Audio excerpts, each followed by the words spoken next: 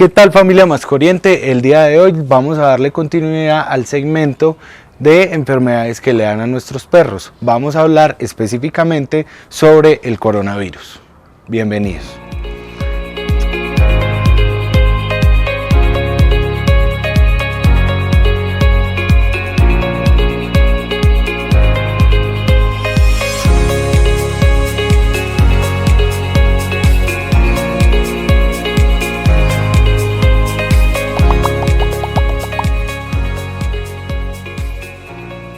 Lo primero que tenemos que tener claro, familia, es que el coronavirus se presenta en varias especies y no quiere decir que el coronavirus de los perros se presenta de igual forma que el de los humanos, y no es una enfermedad que sea transmitida del humano al perro o del perro al humano.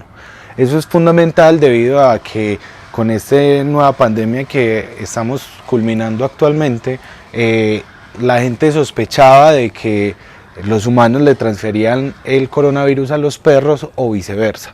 Eso hay que tenerlo presente, ya que no tienen nada que ver una cepa con la otra, ya que la cepa del perro ataca al perro, la cepa del humano ataca al humano, ¿cierto? Entonces, familia, la sintomatología que presenta el coronavirus canino es básicamente digestiva. Al igual que el parvovirus, presenta vómitos, diarreas, inapetencias y finalmente una deshidratación de nuestra mascota o de nuestro cachorro. Finalmente es la deshidratación la que puede conllevar a la muerte. Este coronavirus tiene una alta morbilidad, o sea que se afectan muchos pacientes que tienen contacto con el virus, pero tiene una mortalidad muy baja, contrario a lo que pasa con el parvovirus, que recuerden que es una tasa de mortalidad demasiado alta y es una de las principales causas de muerte de nuestros cachorros. Al igual que el parvovirus, también tiene un contacto oronasal. Se puede contagiar debido a que lo llevamos a parques, a fincas o a centros veterinarios donde no sabemos la procedencia de las mascotas que van allá, no sabemos cómo está su plan sanitario, no sabemos cómo están las vacunas.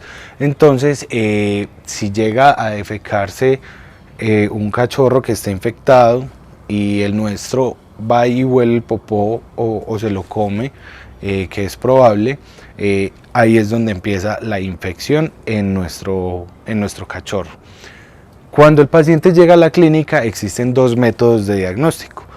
Nuevamente te vuelvo a mencionar, está la prueba rápida, donde se tiene en un lapso de 10 minutos aproximadamente los resultados, donde nos da negativo o positivo, y también existe la prueba de PCR. Esa prueba de PCR se envía al laboratorio y en 24 a 48 horas tendremos los resultados y tendremos diagnosticado a nuestro paciente y a nuestra mascota. Entonces, familia, al ser una enfermedad viral, recordemos que las enfermedades virales no tienen un tratamiento específico, se realiza un tratamiento intrahospitalario o también se puede utilizar el método ambulatorio, donde tú vuelves y visitas al veterinario cierta cantidad de tiempo para que éste le dé como un chequeo general y le aplique pues los medicamentos que sean necesarios, o también puede ser con fórmula. Todo va a depender de la gravedad pues o en la fase que se encuentre tu mascotica. Ten muy presente que siempre la vacunación es la mejor opción para la prevención de este tipo de enfermedades. Si te perdiste de pronto el videito de las vacunas, acá te lo dejo para que le des un vistazo y veas la importancia que hay en vacunar a nuestras mascotas, cómo son también estos ciclos de vacunación, para que siempre estén al día con sus mascoticas.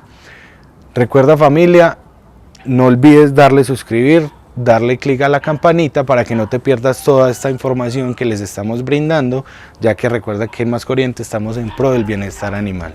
Y siempre recuerda que más que mascotas son familia.